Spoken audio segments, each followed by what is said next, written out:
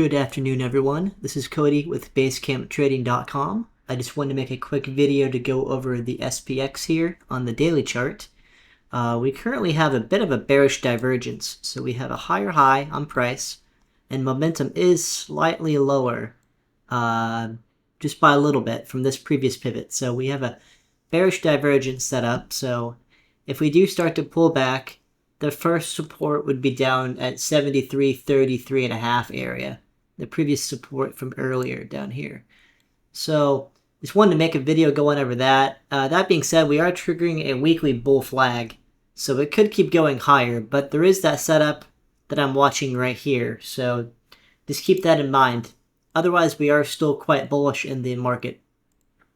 If you like this kind of content and you want to check out our trading room, we do offer a $7 one month access.